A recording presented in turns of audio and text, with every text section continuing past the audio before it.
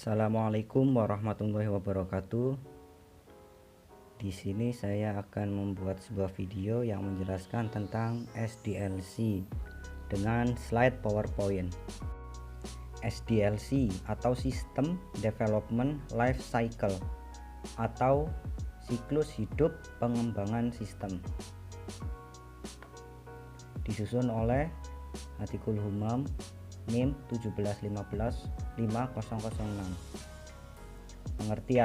Pengertian SDLC adalah siklus atau tahapan yang digunakan dalam pembuatan atau pengembangan suatu sistem informasi agar pengerjaan sistem berjalan secara terstruktur, efektif, dan sesuai dengan tujuan yang diinginkan.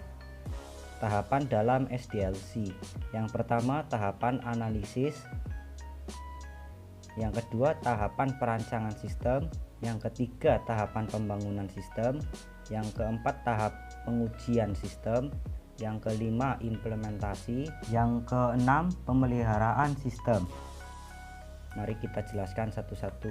Yang pertama, tahapan analisis sistem, yaitu sistem akan dianalisis bagaimana akan dijalankan nantinya.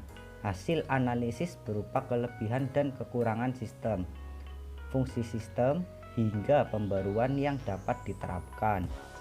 Selanjutnya, tahapan perancangan sistem.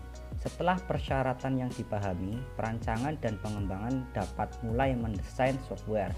Tahapan ini akan menghasilkan prototipe dan berupa output lain, meskipun dokumen berisi desain, pola, dan komponen yang diperlukan untuk mewujudkan proyek tersebut.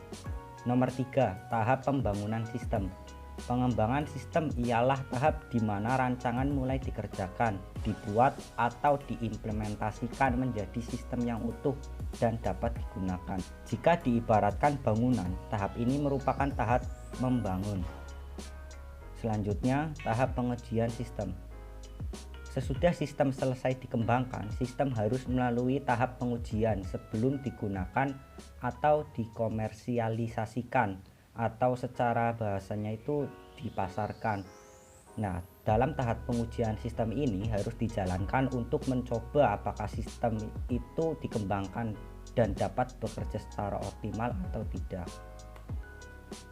Pada tahap ini juga ada beberapa hal yang harus diperhatikan, seperti kemudahan penggunaan sampai pencapaian tujuan dari sistem yang sudah disusun sejak perancangan sistem dilakukan. Jika ada kesalahan, tahap pertama hingga keempat harus diperbarui atau diulang ataupun dirombak total. Tahap tes SDLC ialah bagian paling penting dalam rangkaian pembuatan sebuah perangkat lunak, karena sangat tidak mungkin mempublikasikan sebuah software tanpa melalui pengujian terlebih dahulu. Beberapa pengujian yang harus dilewati antara lain kualitas kode, tes fungsional, tes integrasi, tes performa, dan tes keamanan. Selanjutnya, implementasi.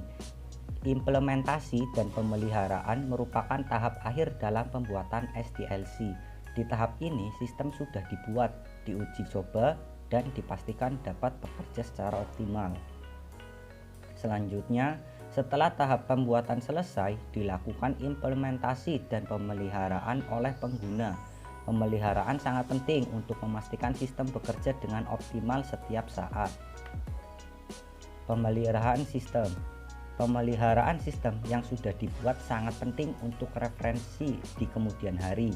Pemeliharaan itu ialah tahap akhir yang menjadi permulaan fase yang baru, yaitu penggunaan.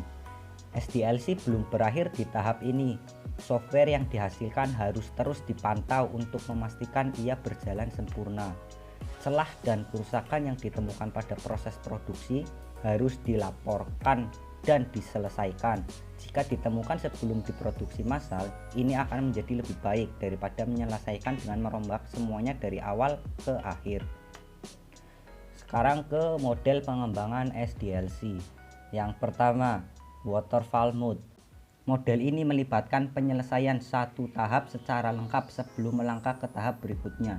Ketika satu tahap selesai, langsung dilakukan evaluasi untuk memastikan proyek berjalan sesuai rencana dan layak diteruskan ke tahap berikutnya. V-shape mode.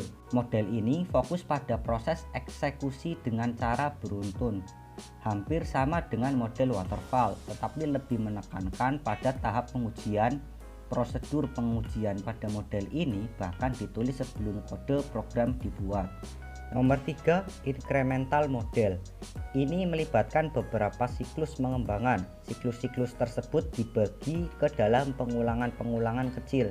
Pengulangan tersebut dapat diatur dengan mudah dan melewati serangkaian tahap termasuk pengaturan, desain, penerapan, dan pengujian. Oke, sudah saya jelaskan. Terima kasih. Wassalamualaikum warahmatullahi wabarakatuh.